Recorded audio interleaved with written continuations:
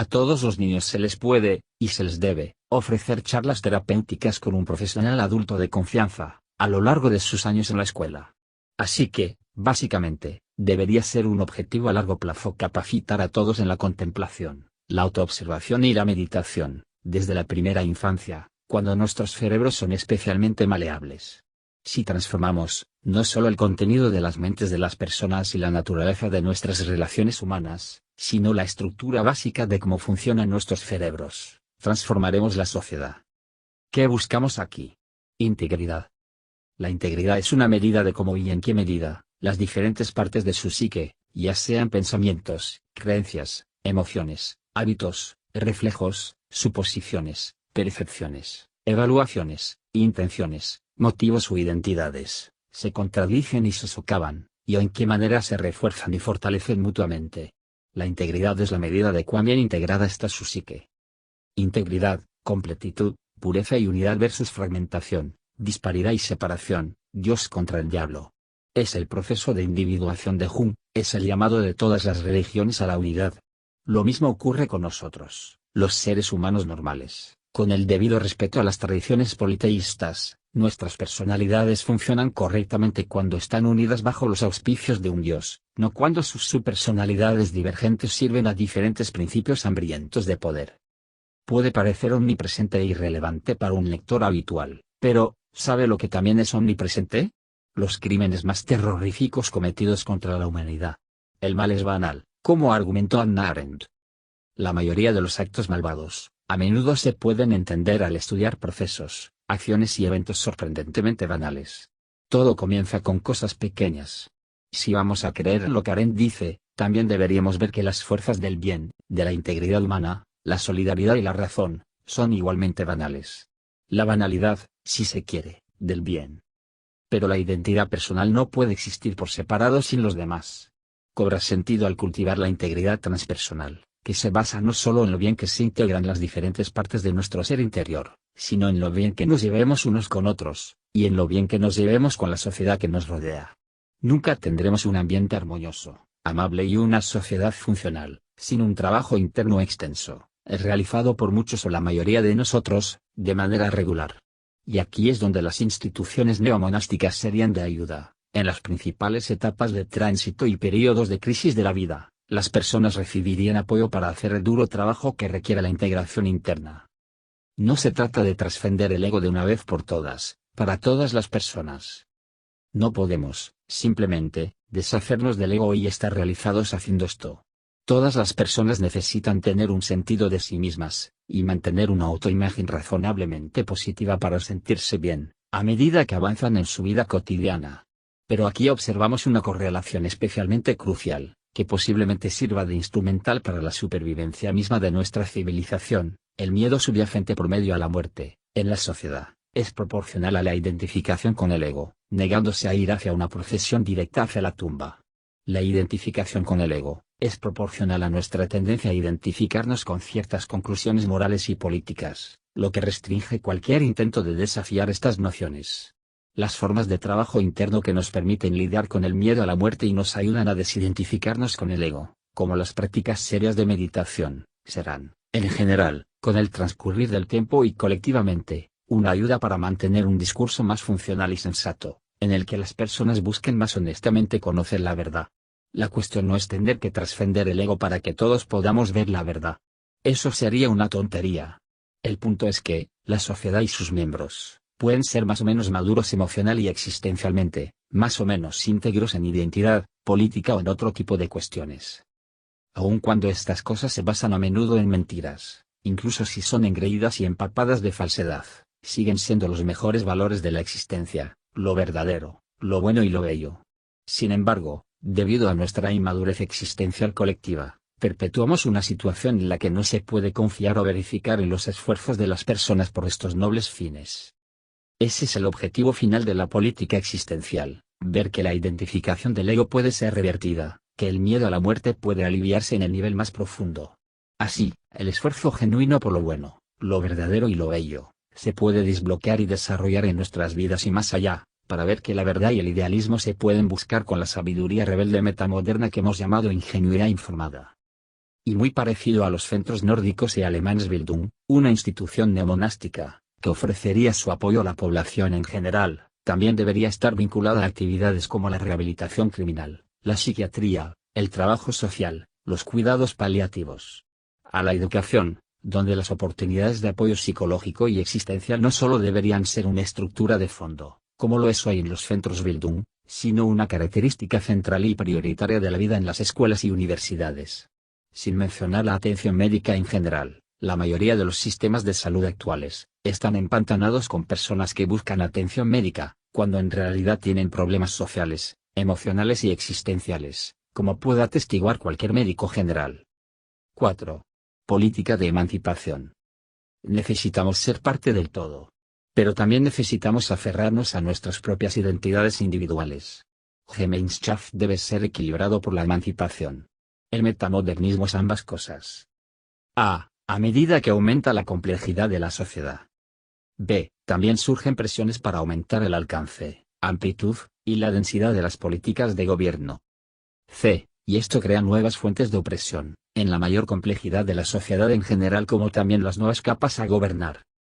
D. Y esto crea una mayor necesidad de expandir los derechos humanos y las libertades negativas, es decir, el derecho a no ser sometido a una gran cantidad de nuevas opresiones. Y como estos nuevos derechos negativos serán de una naturaleza más sutil y más abstracta, serán más difíciles de definir y defender, y hacerlo saludablemente y socialmente sostenible.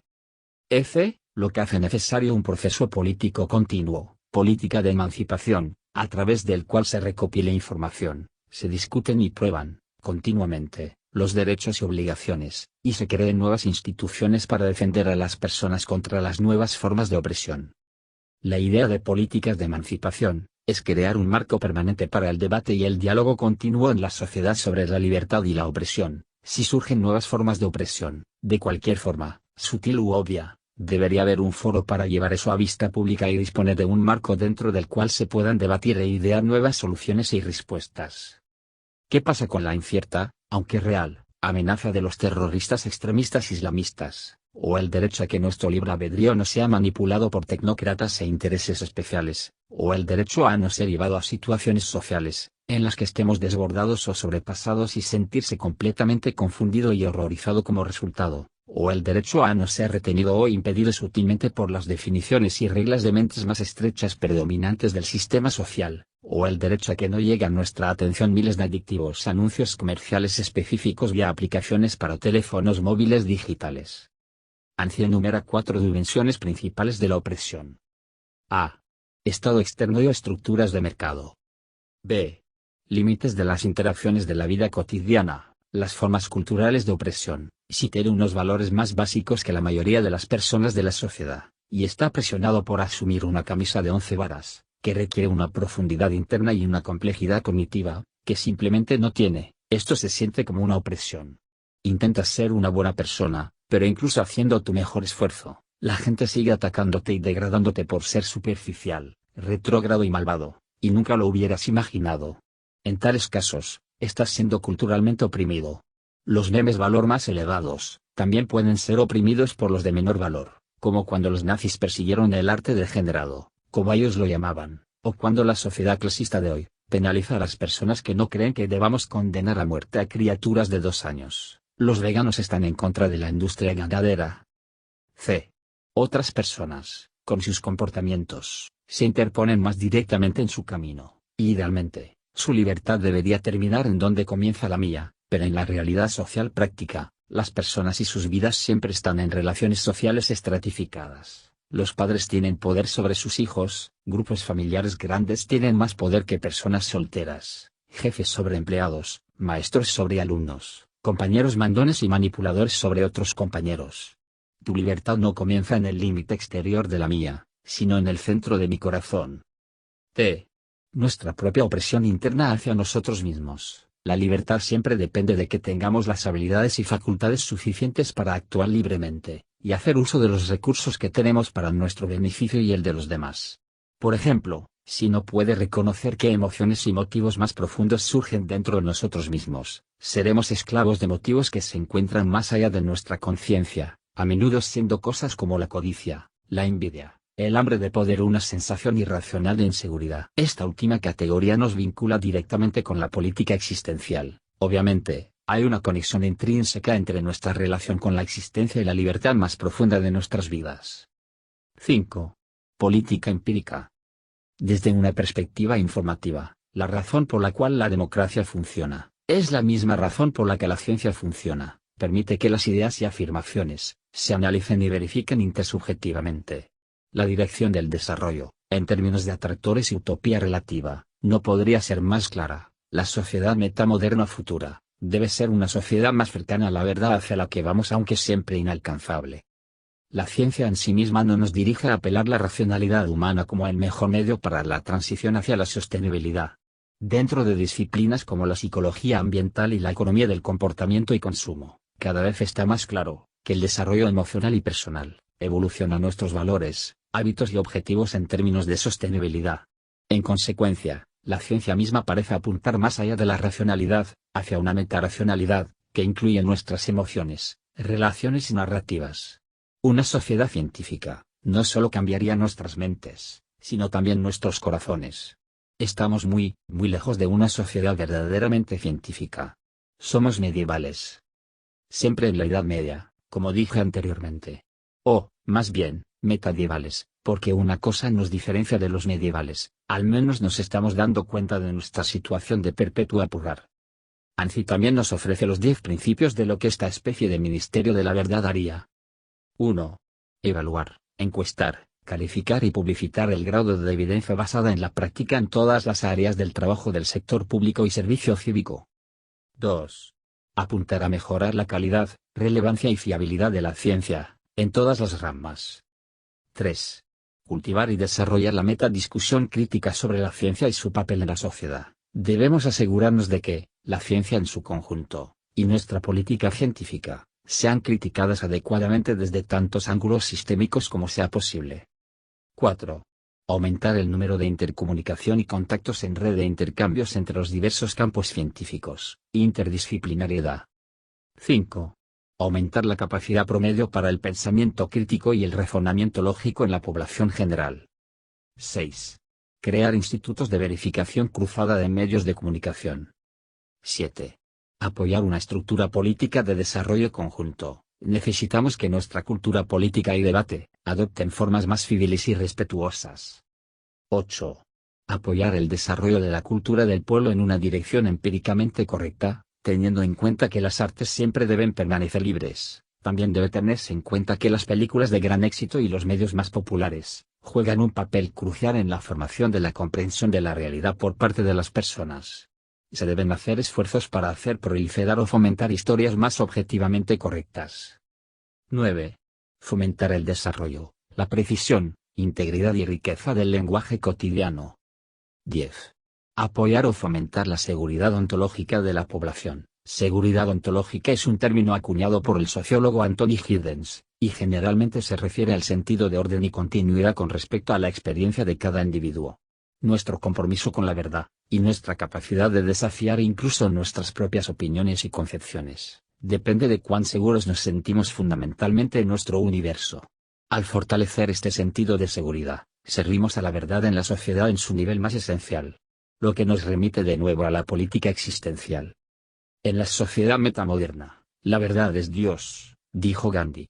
La cuestión no es obsesionarse con el empirismo duro y racional de ceño fruncido de un científico moderno de mente estrecha, o reducir la riqueza de la vida y la existencia a datos duros y crujientes y masticarlos como un rompemandíbulas hasta el final de los días. El objetivo es aumentar gradualmente la capacidad de la sociedad para el procesamiento de la información y la predicción de eventos mediante el desarrollo de nuestra capacidad colectiva para la verificación cruzada e intersubjetiva. 6. Política de la teoría. La palabra griega teoría, como significa ver, mirar, observar, contemplar. Necesitamos tener instituciones que hagan que la cultura misma sea transformable, porque nuestras condiciones de vida cambiarán una y otra vez. Anzi comienza este capítulo siendo radicalmente honesto. La idea básica de la política de la teoría, o de las narrativas, es monitorear, orientar y regular los fundamentos de la teoría de todo a la que se suscribe la gente, nuestra narrativa compartida o cosmovisión. Hablando claro, es la política del lavado de cerebro de la población. Es como si Anfi dijera: hola, queridos niños y niñas. Es un tópico decir que yo era como tú. Pero quiero decir realmente. Mira a tu alrededor.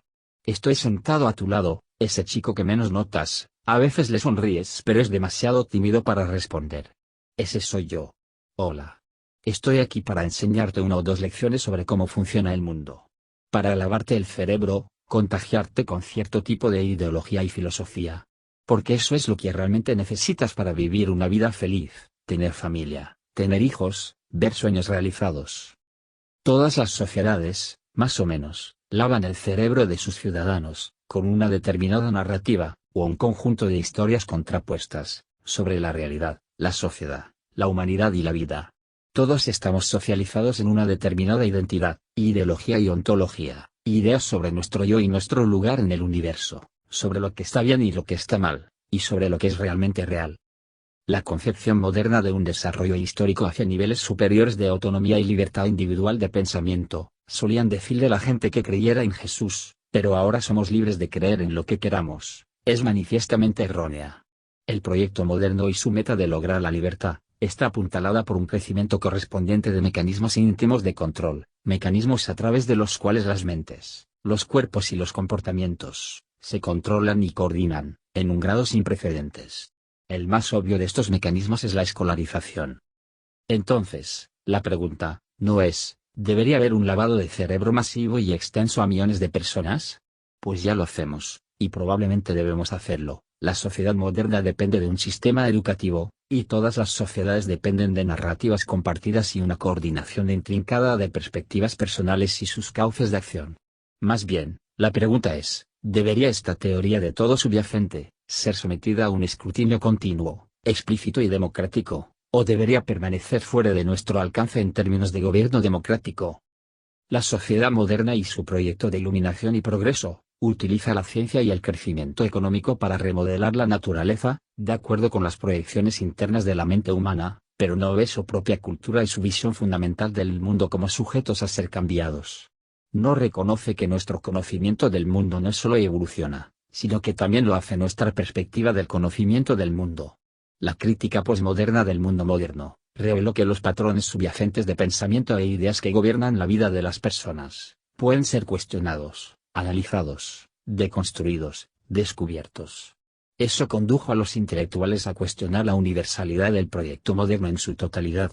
La sociedad metamoderna toma ese código fundamental, nuestras propias perspectivas, con sus propias manos, y lo moldea, tal como moldea la naturaleza. El metamodernismo es el punto histórico en que la sociedad se vuelve consciente de sí misma. Para la mente moderna, la naturaleza es el objeto, el gran eso, y la cultura es el sujeto, el gran yo, que actúa sobre un cosmos silencioso. Para la mente metamoderna, la cultura y la naturaleza son ambas parte del objeto, mientras que el sujeto es el proceso de desarrollo transpersonal en sí. Es el gran proceso del Logos, encarnado por Jesús de Nazaret, quien media entre la Gran Madre María en la tierra y el Gran Padre que está en el cielo, si lo quieres en términos de teología simbólica. Con el avance de las nuevas tecnologías a un ritmo sin precedentes, podremos crear una nueva vida y una nueva experiencia consciente, estados internos extremadamente elevados y extremadamente bajos. Si algo sale mal, podemos, literalmente, crear el infierno. Después de todo, creo que solo un episodio de la serie Black Mirror tiene un final feliz. Hazte una idea. Bajo las condiciones históricas actuales, tenemos instituciones democráticas, derechos y libertades que consagran un mercado de ideas más o menos libre y justo, incluso si necesariamente se producen distorsiones y manipulaciones. Lo que no tenemos, es un conjunto adecuado de instituciones que tengan el objetivo explícito de monitorear y orientar las visiones del mundo de la población. El lavado de cerebro debe ser democráticamente accesible para todos los contendientes, y todos los actores políticos deberán especificar cuál es la visión del mundo que quieren que se extienda y por qué, lo que significa que todas las visiones del mundo están sujetas a un mayor autoescrutinio. De una forma bastante no lineal, habremos reivindicado el viejo gallo de Platón hasta que los filósofos se conviertan en reyes. Los problemas de los estados, o de la humanidad misma, no tendrán fin hasta que los filósofos se conviertan en reyes en este mundo, o hasta que aquellos a quienes ahora llamamos reyes y gobernantes, se conviertan realmente en filósofos de verdad, y el poder político y la filosofía estén en las mismas manos. Platón, La República, Libro 5. Ejemplo, una historia grande en las escuelas. Como parte del esfuerzo de construcción de la nación, los planes de estudio escolares se centraron más en las historias propias de su nación y Estado. Y a medida que las sociedades se democratizaron, las luchas pasadas por la emancipación política y por las victorias sobre las dictaduras autoritarias fueron resaltadas y destacadas en estas narrativas nacionales, para que los alumnos se convirtieran en buenos ciudadanos democráticos. Tales narrativas, centradas en el Estado-nación, siguen siendo dominantes en la mayoría de las escuelas de hoy. Pero a pesar de sus muchos méritos, este tipo de enseñanza de la historia ha comenzado a estar cada vez más en contradicción con los intereses de nuestra emergente civilización global. No hace hincapié en los aspectos verdaderamente globales del desarrollo social y tecnológico, enfatiza demasiado el papel de los estados y las etnias en nuestra era actual, y proporciona una comprensión demasiado limitada de las interacciones entre los humanos y el resto de la biosfera. El enfoque posmoderno de la historia, que se centra en temas divergentes que se dejaron de lado, está razonablemente más en sintonía con las sociedades multiculturales del mundo global postcolonial de hoy, pero aún sufre de una serie de deficiencias, está demasiado preocupado con detalles e historias pequeñas, más concentrado en localizar las concepciones establecidas que en crear nuevas concepciones, y ofrece poca ayuda para navegar en una hipercompleja civilización global cada vez más tecnológicamente avanzada y cada vez más interconectada, al borde del colapso ecológico. Nos deja con pedazos de historia. Sin metanarrativas, lo que nos queda es una visión fragmentada y parroquial de la historia, demasiado absorta en los detalles, y carente de cualquier intento de unirlos en una visión del mundo más amplia y coherente, en efecto convirtiendo las lecciones de historia en azarosas presentaciones de una maldita cosa tras otra, citando al historiador Arnold Toynbee, una manera diferente de explicar por qué alguien no debería molestarse para nada en estudiar historia. Debemos aceptar la crítica posmoderna, a saber, que nunca alcanzaremos la verdad en ningún modo absoluto del término. La búsqueda de la verdad solo puede expresarse en términos provisionales y lúdicos, solo una protosíntesis es posible. A pesar de todos nuestros conocimientos y razonamientos modernos, todavía parecernos incapaces de erradicar los mitos pobremente sostenidos que cada uno de nosotros nos construimos espontáneamente. Entonces, ¿por qué no crear deliberadamente un mejor mito y dejarlo a la vista para que podamos criticarlo y mejorarlo? Si hubiera un ministerio de teoría, o de las narrativas de manera de ver el mundo, dice Anzi, debería reunir conocimientos especializados en 1. Weltanschauung, cosmovisión o visiones del mundo. 2. Estudio de los memes de valor. Las personas tienden a estabilizar su visión del mundo y sus valores en torno a ciertos equilibrios discernibles, a los que llamo memes de valor, que dependen de factores sociales y psicológicos, que pueden estudiarse como grandes patrones o metamemes. Modernidad, posmodernidad, metamodernidad. 3. Constructivismo social, según lo descrito por Peter L. Emerger y Thomas Luhmann en 1966. 4. Mitologías y arquetipos, Carl G. Jung, Erich Neumann. 5. Análisis narrativo. 6. Análisis del discurso, basado en la tradición de M. Foucault. 7. Hermenéutica y el círculo hermenéutico.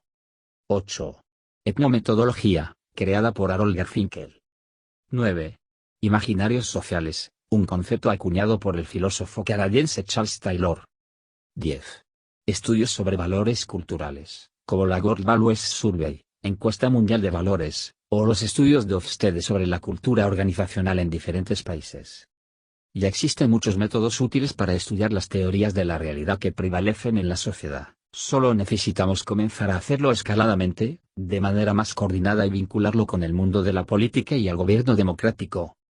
Al final del capítulo sobre política de la teoría, en un modo característicamente metamoderno y a su modo, Anfi nos insta a ser irónicamente sinceros al protosintetizar nuestras metanarrativas. 6 formas de políticas. 6 nuevos procesos. Ahora echemos un vistazo a cómo encaja todo esto. El patrón maestro. No estaba bromeando cuando puse todos estos 6 procesos en un hexágono, realmente encajan. p. 343.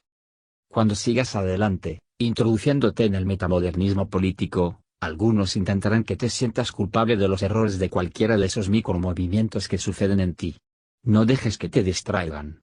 Juega estratégicamente para alinear todas estas fuerzas con el surgimiento de una sociedad metamoderna. Hay muchos micromovimientos parcialmente metamodernos que ya están emergiendo en el mundo, preparando el terreno para un holístico metamodernismo político, como por ejemplo 1. Política existencial, pequeños partidos políticos y grupos de la sociedad civil, que buscan radicalizar democracia. Wikipedia cuenta con 38 de ellos en todo el mundo. 2. Política de Gemeinschaft, prevalece entre muchos grupos de la sociedad civil, basados en el voluntariado, y algunos profesionales dentro del trabajo social público, que trabajan para crear lugares de reunión y encuentro, crisol para la integración cultural de los inmigrantes, clubes de diálogo para temas comunes, foros para lidiar con traumas culturales y demás. 3. Política de democratización, existe en forma rudimentaria dentro de muchos círculos espirituales. Hay movimientos como el sinteísmo y, en cierta medida, el Festival Burning Man, que buscan explorar y co-crear nuevas formas de espiritualidad y desarrollo existencial. 4. Política de emancipación, partidos piratas, movimientos como los de Silicon Valley, que comparten un espíritu liberal y teóricos críticos posmodernos. 5. Política empírica, aparece entre todos los partidos pro ciencia y políticas basadas en evidencia. 6. Política de la teoría, puedes encontrarla en redes y grupos de expertos que tienen como objetivo explícito cambiar la metanarrativa de la sociedad. La Fundación Metamoderna Xcaret, en Suecia, donde se reúnen personas para hablar sobre el futuro de la sociedad, y perspectiva en el Reino Unido. Ellos, especialmente el gran maestro de ajedrez Jonathan Rowson, escriben sobre espiritualidad y desarrollo personal relacionados, por ejemplo, con la crisis climática. Aunque cada una de las 6 nuevas formas de política es, en sí misma, profundamente dañina y destructiva, necesitamos que la sociedad se desarrolle a través de todas estas relaciones semióticas, para que funcione en una etapa nueva y más compleja. Consideremos la política de la teoría, el más complejo y profundo de los procesos políticos metamodernos. Debe coordinarse con las comunidades reales que existen en la sociedad, Gemeinschaft, y mantenerse bajo control mediante afirmaciones fácticas verificables, empíricas, y cualquier intento de forzar el cambio de perspectivas de las personas debe ser cuestionado y contrarrestado. Emancipación, y debe reconectarse a un proceso democrático transparente, democratización, y cualquier narrativa y meme de valor que se fortalezca a través de este proceso, debe coincidir con el desarrollo interno de la población, existencial.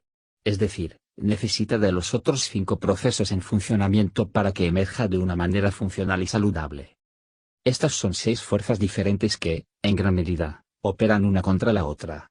La política de emancipación con la política Gemeinschaft, o de cohesión, y la política existencial con la política empírica, y viceversa.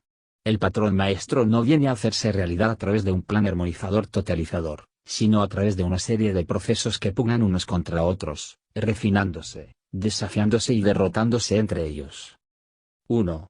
La política existencial, desarrolla la relación de mí mismo conmigo mismo, mi mundo interno subjetivo, la relación entre primera persona y primera persona. Ofrece metanoia. 2. Política de Gemeinschaft, desarrolla la relación entre nosotros y nosotros, entre las personas en general, la relación con otro como un tú o usted, en segunda persona. Ofrece metaxi, y también metáfora. 3. La política de democratización, desarrolla la relación del yo individual con la sociedad, con todas las demás personas, potenciando mi participación, etc. Ofrece metástasis, reformando formas y estructuras de gobierno. 4. La política de emancipación, desarrolla la relación de la sociedad conmigo, de cómo tengo derecho a ser tratado, o no tratado, por la sociedad en su conjunto, por todos ustedes. Ofrece metaplay, estar exento de la estructura que lo asfixia y se le ofrece un juego diferente para jugar. 5. La política empírica, impone restricciones en tercera persona sobre qué formas de relaciones se pueden tener entre uno mismo y la sociedad. Las 4 relaciones anteriores entre la primera y la segunda persona, es, por lo tanto, la relación entre la realidad en tercera persona y el yo-sociedad. Ofrece metacognición, aplicando el escrutinio científico para controlar la aplicación del escrutinio científico, etc. 6. Política de la teoría, desarrolla la relación de uno mismo sociedad con la realidad como un todo, es decir, con la realidad en tercera persona, ello o eso. Es, por lo tanto, la relación de los 4 primeros procesos, primera y segunda persona, con la visión en tercera persona comúnmente construida. Ofrece metafísica. Nuevamente, cómo activar estos procesos en una sociedad dada y en el mundo en general. Anzi propone dos agentes principales de cambio: 1. La aristocracia metamoderna y 2. Los partidos orientados a procesos. Los partidos orientados a procesos se enfocan principalmente en el proceso político y en mantener estándares de comportamiento muy elevados. Eso no gana votos masivamente ni elecciones rápidas, pero hace que se convierta en el más confiable y respetado de todos los partidos, o, visto de otra manera, el menos odiado por todas las otras posturas del espectro político. No maximiza el éxito cuantitativamente, número de votos, pero se convierte en parte integrante de los nodos centrales de la sociedad, respetados por los actores públicos, industria y sociedad civil. Algunos de los partidos verdes, centristas y de izquierda, tomarán sus ideas, de política de democratización, y encontrarán su propio giro o peculiaridad, lo cual está bien. Lo mismo podría suceder con la política de Gemeinschaft, con sus aspectos robados por socialdemócratas, conservadores de centro-derecha o incluso nacionalistas que busquen revivir formas obsoletas de integración social. Al introducir la política existencial, tal vez podría verla reciclada por demócratas cristianos o equivalentes, convirtiéndola en su sello distintivo. Pero eso está bien. Otros partidos robarán no solo las políticas, sino también las estructuras de desarrollo conjunto, o desarrollo común, de esos partidos metamodernos, y por lo tanto su cultura política cambiará y la inteligencia colectiva de su gobierno aumentará en todos los ámbitos.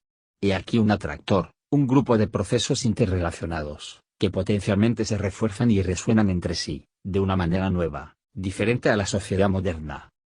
El metamodernismo político está en la distancia media más corta a todas las demás posiciones. Está más cerca del socialismo que los conservadores, más cerca del conservadurismo que los ecologistas y socialistas, más cerca del ecologismo que los liberales, más cerca del liberalismo que los centristas, y viceversa. No va a ser el más popular de los partidos, aunque será el menos odiado. Por lo tanto, es, en cierto sentido, lo opuesto al populismo, y sin embargo, puede abordar y lidiar con el populismo más fácilmente que el centrismo y el liberalismo convencionales. El populismo podría parecer emocionante, pero es aburrido en términos de sus potenciales. La política de desarrollo común suena aburrida, incluso si esfuerza por parecer inofensiva, pero es verdaderamente radical y transformadora. Anzi Freinat. Ideología nórdica, parte 3. Requiem para las ideologías de la modernidad. Cada uno debe ser golpeado en sus propios términos. Cuanto mejor seas en comprender la perspectiva de los demás, y enfatizarla con ellos, mayor será tu capacidad para derrotarlos. No se puede ganar a los fascistas diciéndoles que son malvados, se sentirán halagados y lo tomarán como una insignia de su rabia y dureza. En primer lugar, ¿por qué crees que muchos se hicieron esos tatuajes de malos? No puedes combatir a los libertarios acusándolos de ser elitistas y egoístas, sonreirán y disfrutarán pensando que son Jungalt. Tampoco puedes decirle a los ecologistas y socialistas que están siendo ingenuos, pues lo tomarán como una validación de la pureza de sus almas y poéticamente citarán algunas páginas de Rousseau. Debe mostrarles a cada uno de ellos que, a menos que acepten el metamodernismo, terminarán siendo lo opuesto con lo que se identifican.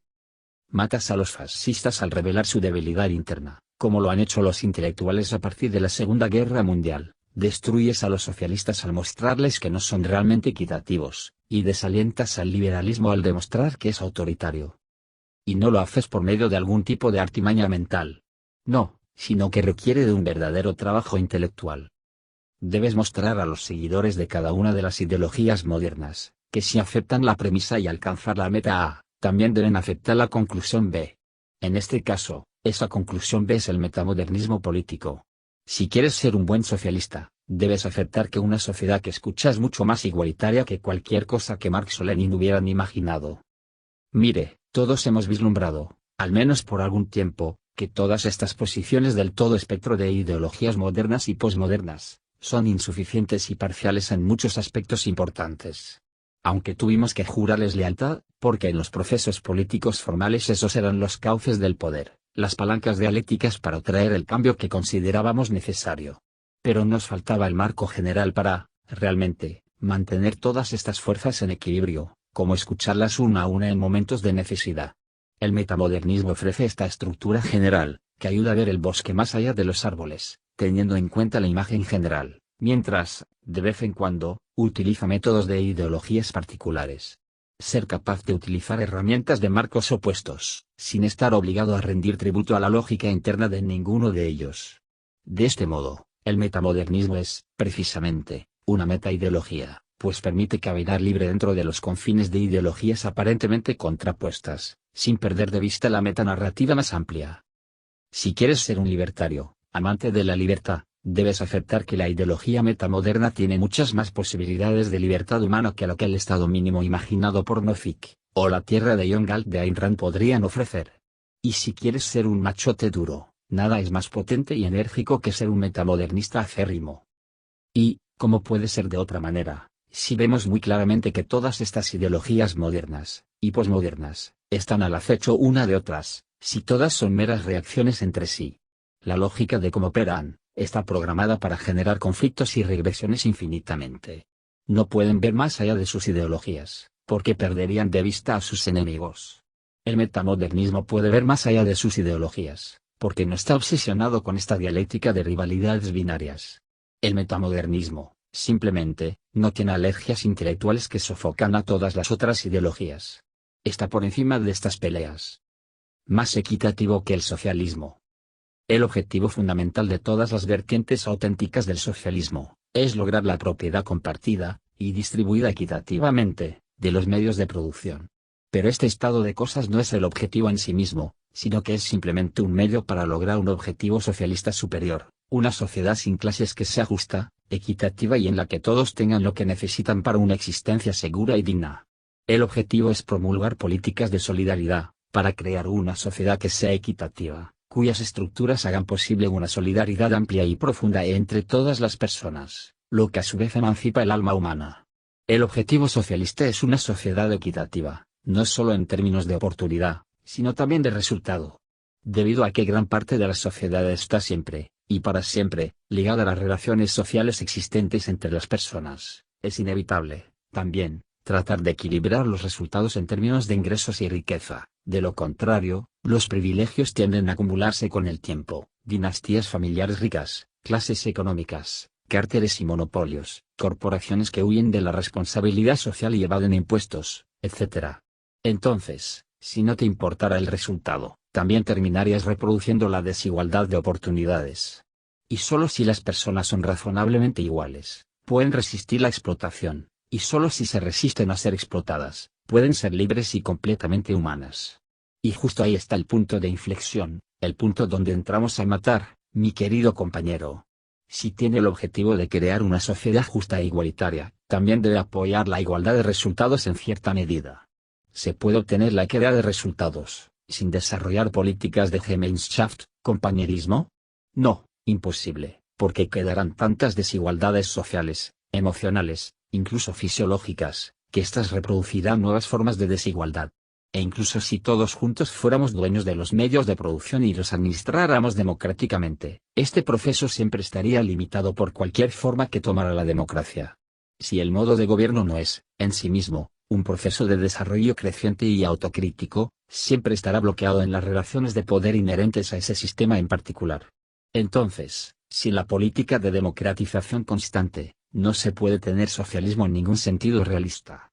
Ambas, política de Gemeinschaft, compañerismo, y la política de democratización, requieren que las otras 4 nuevas formas de políticas metamodernas funcionen. Por lo tanto, simplemente no puede llamarse a sí mismo socialista a menos que también acepte el metamodernismo político.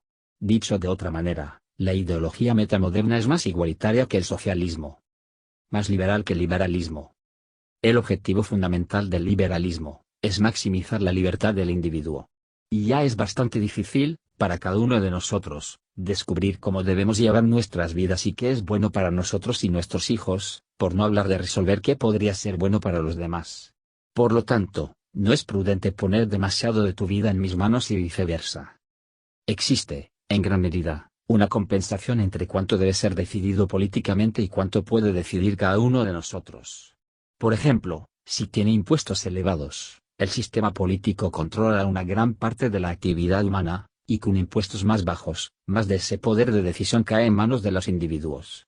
En este último caso, en términos generales, las personas individuales tendrían más poder, y esto fomenta la responsabilidad, la innovación, el trabajo duro, el pensamiento independiente y el crecimiento económico, lo que a su vez aumenta la libertad individual. La forma más fácil de derrotar al liberalismo es atacando su presuposición central, el individuo. Anzi usa, en su lugar, el famoso término individual o separado de Deleuze, aunque estoy más interesado en enfatizar la distinción de Rowan Williams entre el individuo y la persona. Se trata de alejarse de una noción artificial atomizada del yo, como simplemente establecer mi propia agenda y realidad desde mi interior, en lugar de ir hacia un diálogo más variable, más arriesgado, pero también más humano de los intercambios en las relaciones en las que estamos involucrados, y en cambio basándonos en una visión teológica básica, de la que siempre estamos de antemano hablando, por la cual somos guiados y con la cual nos comprometemos, y no con el mundo ni tampoco con nosotros mismos. Aunque, los libertarios y los liberales clásicos, no abandonarán su creencia en el individuo a corto plazo, por lo tanto, para vencerlos en sus propios términos, debe mostrarles que la maximización de la libertad individual no se puede lograr sin metamodernismo político. No solo debe haber un Estado que garantice la seguridad de las personas contra la violencia u opresión mutua, sino que también debe garantizar acuerdos legalmente vinculantes y proteger los derechos de propiedad. Si el gobierno de dicho Estado no incluye una política de emancipación activa y deliberada, habrá menos formas de resistencia para los partidos y grupos oprimidos y desfavorecidos. Esto, a su vez, requeriría una política de democratización, para asegurarse, en primer lugar, de que la forma de gobierno es algo que se inicia voluntariamente. Y la política empírica es necesaria para garantizar que la acción gubernamental minimizada, como ellos quieren que sea, realmente maximice la libertad humana. ¿Qué me dicen del anarcocapitalismo? Incluso si no tuvieras un Estado, y la seguridad estuviera a la venta, las mejores soluciones de seguridad seguirían siendo aquellas que brinden a las personas una sociedad de escucha, para que las personas se sientan escuchadas, vistas y representadas. La mejor seguridad sigue siendo la seguridad preventiva. Esto, a su vez, requeriría un desarrollo de las 6 formas de política metamoderna. En términos de mercado, este servicio sería más competitivo. Imagina que eres un cliente ciudadano del tipo imaginado por los anarcocapitalistas, tienes dinero blockchain y buscas los mejores servicios estatales. En uno de estos servicios estatales, el metamoderno, puede afectar el modo de gobierno, las personas serían incitadas a tratarle mejor, y obtendría un marco que le ayuda a encontrar un significado profundo en la vida, y los conciudadanos serían mucho más pacíficos y socialmente inteligentes, y todo eso está empíricamente comprobado que funciona. La única forma de evitar que las personas elijan voluntariamente las soluciones metamodernas, sería detener la libre competencia por algún tipo de amenaza, violencia o monopolio. Lo único que puede evitar que el metamodernismo se coma en vivo al liberalismo, es el autoritarismo. Más sostenible que el ecologismo. Según Jonathan Rowson, abordar el cambio climático no puede ser fructífero sin hacer referencia a la democracia, porque es un mecanismo para tomar decisiones colectivas. Y el cambio climático es el mayor problema de acción colectiva de todos los tiempos. Por un lado, los ciclos electorales cortos militan contra los modos de pensamiento a largo plazo que requiere el problema del cambio climático. Por otro lado, si podemos movilizar la voluntad política requerida en la sociedad civil, los políticos seguirán con la regulación y dirección apropiada del mercado, a la cultura, porque nuestra respuesta al cambio climático se basa todo, desde su lugar en la educación formal, hasta los valores de consumo implícitos en la publicidad y cómo los medios de comunicación enmarcan los juicios sobre el riesgo sistémico como incertidumbre científica. La cultura es la dimensión ideológica donde hay que luchar y ganar la batalla por la importancia relativa del problema del cambio climático, en comparación con otras prioridades, y los hábitos de comportamiento, porque mientras nuestras elecciones están moldeadas por los hechos, ciencia, las reglas, ley, los recursos, dinero, las herramientas, tecnología, las instituciones, democracia, y las ideas, cultura, que nos rodean, en última instancia, lo que elegimos hacer, comportamiento, individual y colectivamente, es lo que importa. No se puede tener sostenibilidad ecológica sin sostenibilidad social y económica, agrega Ancy Freinat. Es necesario que las personas lleguen a un punto en sus vidas en el que realmente comprendan y se preocupen por problemas más grandes que ellos. Esa es la política existencial. Debe asegurarse de que las personas tengan relaciones sociales lo suficientemente buenas como para no quedar atrapados en juegos de estatus materialistas. Esa es la política de Gemeinschaft o compañerismo. Y así sucesivamente, necesitamos las 6 formas de políticas metamodernas. La mentalidad de escasez estimula el consumismo, Ver el mundo como una reserva abierta de recursos, listos para ser utilizados para calmar nuestra ansiosa inseguridad. Esto es lo que, en primer lugar, nos hace ecocidas. Más prudente que el conservadurismo. Un idiota, comp. De idea más idiota, persona poseída por la ideología, incapaz de adoptar una meta postura hacia esta ideología y desidentificar su ego, identidad personal, de ella. El principio conservador central es la resolución de escapar de las trampas del enamoramiento con ideas utópicas e ideales puritanos, y conformarse con el mundo real. La idea que subyace en esta comprensión, es la de humildad. El mundo siempre es más grande, más complejo y más aterrador de lo que nuestros intelectos y perspectivas limitados pueden imaginar. Después de todo, ¿no son nuestros sueños visionarios y nuestras ideas creativas las que generalmente han terminado arruinando lo que en primer lugar funcionaba? Tan pronto como la sociedad moderna mostró sus primeros destellos, y se hizo evidente que el mundo humano estaba a punto de cambiar drásticamente, las personas inteligentes, pero imprudentes, de estratos privilegiados de la sociedad, se encargaron de usar sus intelectos para tratar de dar forma a la dirección de todo ese desarrollo, imponiendo sus ideas e ideales, perfectamente planeados, sobre la riqueza y la complejidad del mundo. Los pensadores conservadores sostuvieron que la sociedad moderna tenía que crecer orgánicamente, y que el papel del intelecto no era forzar el mundo, sino refinar el espíritu humano, a nivel individual, mediante la autorreflexión y el trabajo duro, incluso más allá del reino de lo intelectual, vinculación a lo espiritual, lo místico y lo estético. El principio conservador fundamental, es ser responsable y prudente, para evitar lo que he llamado negación del juego. El conservador quiere ser prudente y respetar la tradición, y dejar que la sociedad crezca orgánicamente, sin borrar las jerarquías naturales que se han establecido entre los miembros competentes y menos competentes de la sociedad. Podemos preguntarle al conservador, ¿qué escenario es el más respetuoso de las relaciones y tradiciones de las personas? ¿Uno en el que tenga una política de Gemeinschaft activa y deliberada, o uno en el que falta ese tipo de política? Con una política de Gemeinschaft, usted tiene los medios para observar los valores y las relaciones culturales, étnicas y nacionales, y defenderlos o desarrollar sus interrelaciones. Como a Jordan Peterson le gusta decir, tenemos que encarnar el proceso del logos que media entre la cultura y la naturaleza. La cultura es nuestro gran padre que protege, cobija, educa y disciplina, pero desafortunadamente está muerto. Necesita, constantemente, ser renovado y readaptado. Y somos nosotros, los hijos e hijas fieles de la cultura, quienes somos los únicos capaces de rejuvenecerla. La tradición no es el culto a las cenizas, sino la preservación del fuego, sol.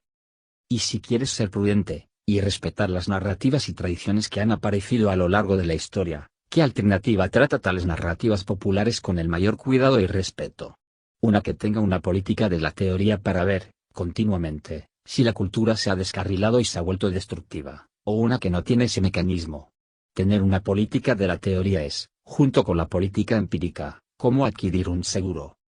¿Qué pasa con el valor de las élites, que han hecho un duro trabajo interno para ganarse su lugar, y que lideran con mano amable y perspectiva a largo plazo? El metamodernismo político consta de una psicología del desarrollo que lo respalda, y puede ayudar a identificar y reunir a esas élites, y asegurarse de que puedan ejercer y mantener el poder. ¿Puede el conservadurismo clásico hacer eso? Los recientes avances del populismo sugieren que no puede. Y también lo sugiere la victoria de Trump del Partido Republicano. La ideología metamoderna es, simplemente, más conservadora que el conservadurismo. Más radicalmente rebelde que el anarquismo. A pesar de toda su negación del juego, y su apego a la antítesis y la utopía, en comparación con la propuesta de cambio de juego metamoderna, la protosíntesis y la utopía relativa, el anarquismo es el pináculo espiritual de la sociedad moderna, porque nos